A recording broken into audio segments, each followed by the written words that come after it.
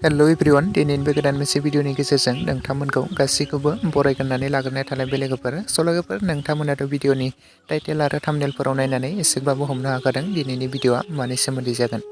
लोगोफोर दायो आं नोंथांमोननि सेराव लानानै फैदों अमा राजा एबा दशरथ बर'नि डाइरेक्टेड होनायाव दिहुनजानाय गोदानै आबुं मोनसे बर' सावथुननि सायाव आपडेट लानानै फैदों। लोगोफोर बे बर' सावथुननि टाइटेल आरो थाम्बनेलनि मुङानो जादों संदान। ओमफ्राय लोगोफोर बे संदान आबुं बर' सावथुनावनो गाहायै फाव खालामनायखौ नोंथांमोना नुनो मोन्दों दिनेश, अनसुमै, प्रिया, मेब्ला सिखारि आरो लोगोसे गोबांथार फाव खालामगिरिफोरा बे संदान आबुं बर' सावथुनाव फावखौ खालामदों लोगोफोर। आरो बे बर' सावथुननि स्क्रिप्टखौ लिरदों सोमदोन बिथांजों लोगोसे अमा राजा बिथांमोनानो। लोगोफोर बे संदान आबुं बर' सावथुनखौ एपिसड 1 निफ्राय लानानै एपिसड 12 सिम नोंथांमोना गोबाङानो नायखाबायमोन आरो नुखाबायमोन। नोंथांमोना गोबाङानो बग'जुलि कमेडियान इउटुब चेनेलावहाय रिलिजबो खालामनानै होखाबायमोन।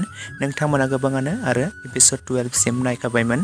लोगोफोर आरो नोंथांमोना बे संदान आबुं बर' सावथुननि एपिसड 13 खौ जोबोरैनो नायनो होननानै एक्साइटेड जाबायदोंमोन। गोबाङानो कमेन्ट्सबो खालामदोंमोन माब्ला रिलिज खालामगोन, गोबाङानो कमेन्ट्स खालामबाय थादोंमोन। लोगोफोर बे संदान आबुं बर' सावथुननि एपिसड 13 खौ फाइनालि रिलिज खालामनानै होबायदि लोगोफोर। जुदि दासिमाव नोंथांमोना सोरबाफोर नायालासिनो थादोंब्ला बग'जुलि कमेडियान चेनेलावहाय बयबो थांनानै नायहैदो लोगोफोर। आरो सोर नोंथांमोना नायालासिनो थादोंब्ला दासिमाव बयबो थांनानै नायहैदो बग'जुलि कमेडियान इउटुब चेनेलावनो नोंथांमोना नुनो मोनगोन लोगोफोर आरो नोंथांमोना बे संदान आबुं बर' सावथुननि एपिसड 14 खौ दानिफ्रायनो नायनो थाखाय एक्साइटेड जाखाबाय नामा? जुदि नोंथांमोना बे संदान आबुं बर' सावथुननि एपिसड 14 खौ नायनो थाखाय एक्साइटेड जाखाबायब्ला कमेन्ट सेक्सनाव लिरना फोरमायहरदो लोगोफोर।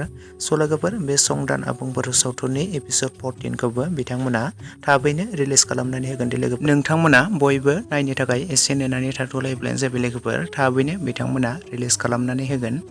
लोगोफोर लोगोसे नै दासिमनि सुंद' आपडेट भिडिअ बेखिनियावनो। भिडिअखौ नायनानै जुदि नोंथांमोना एसेब्लाबो मोजां मोनदोंब्ला लाइक, शेयार एन्ड कमेन्ट्स खालामना होयोब्लानो जाबाय। आरो लोगोसे चेनेलाव गोदानै फैदोंब्ला साबस्क्राइब खालामनानै खाथिनि बेल आइकनखौबो अल प्रेस खालामना लायोब्लानो जाबाय लोगोफोर। जाहाथे नोंथांमोना बेफोरबायदिनो माखासे गोदान बर' सावथुनफोरनि आरो मिउजिक भिडिअफोरनि शर्ट मुभिफोरनि आपडेटखौ आंनि बे चेनेलाव मोनथिनो मोनबाय थायो।